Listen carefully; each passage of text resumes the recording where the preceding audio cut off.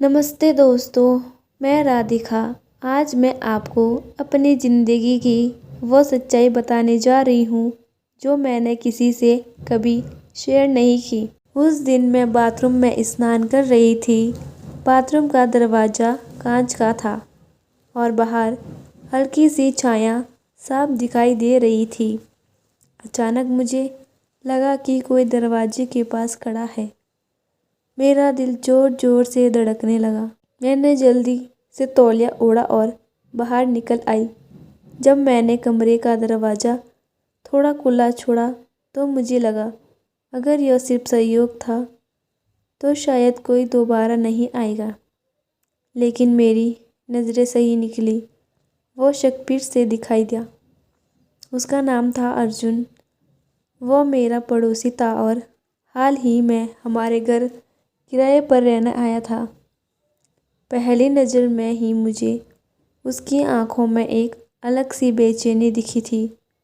लेकिन उस दिन जब मैंने उसे यूं बार बार मेरे दरवाजे के पास घूमते देखा तो मैं समझ गई कि उसकी नज़रें सिर्फ मुझे तलाश रही हैं। मैंने तय किया कि अब मैं उसे परखूंगी। उस रात मैंने हल्की सी नाइटी पहनी और ड्राइंग रूम में टीवी देखने बैठ गई। थोड़ी देर बाद अर्जुन भी वहीं आ गया। उसने मुझसे कहा, मैम कुछ लाऊं आपके लिए? मैंने मुस्कुराकर कहा, नहीं, तुम बस बैठो, मैं ही जूस और मिठाई लाती हूँ। जब मैं लौटी तो अर्जुन टीवी पर एक्शन मूवी चला चुका था। मैंने हंसते हुए कहा, इसमें तो बस मारपीट है, चलो कुछ और देखते हैं। मैंने अपनी पेन ड्राइव निकाली और बोली, इसमें मेरी पसंद की हुई फिल्में हैं, तुम चुन लो।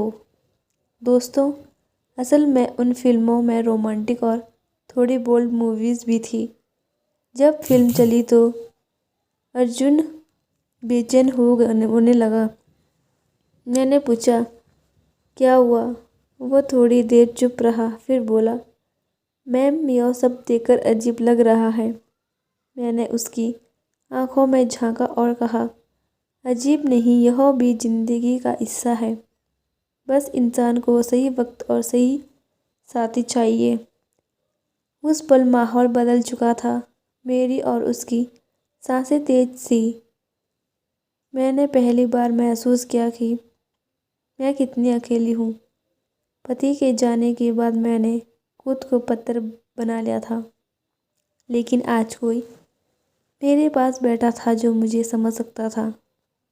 उस रात मैं अर्जुन देर तक बातें करते रहे। हमारी बातें धीरे धीरे नज़दीकियों में बदल गई। मैंने उसकी आंखों में वही सच्चाई देखी जो मुझे सालों से नहीं मिली थी, और फिर मैं खुद को रोक नहीं पाई। उसके बाद हमारी मुलाकात रोज़ होने लगी। हम साथ हंसते, फिल्में देखते और एक दूसरे की खाली जगहें भरते। मुझे लगा जैसे ज़िंदगी फिर से लौट आई है। लेकिन दोस्तों, खुशी ज़्यादा दिनों तक मेरे हिस्से में नहीं रही। कुछ ही महीनों बाद मुझे पता चला कि मुझे गंभीर बीमारी है। मैं टूटी ज़रूर मगर पछतावा नहीं है, क्योंकि उन दिनों में मैंने फिर से जीना सीखा। दोस्तों, ये मेरी कहानी थी। आप बताइए, क्या मैंने सही किया कि अपने अकेलेपन में किसी को इतना करीब आने दिया? अगर आपको मेरी यह कहानी अच्छी लगी तो प्लीज़ लाइक करें, कमेंट करें और हमारे चैनल को सब्सक्राइब करना ना भूलें। धन्यवाद।